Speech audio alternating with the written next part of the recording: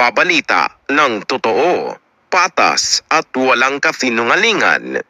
WTV News and Current Affairs. Laging magbabadlay at magbabalita para sa bayan. Magandang hapon, Pilipinas. Ihatid ang buong puwersa ng Awesome Corporation News Team para sa ikatlong sona ni Pangulong Bongbong Marcos Jr. Ako po si Joel Regan.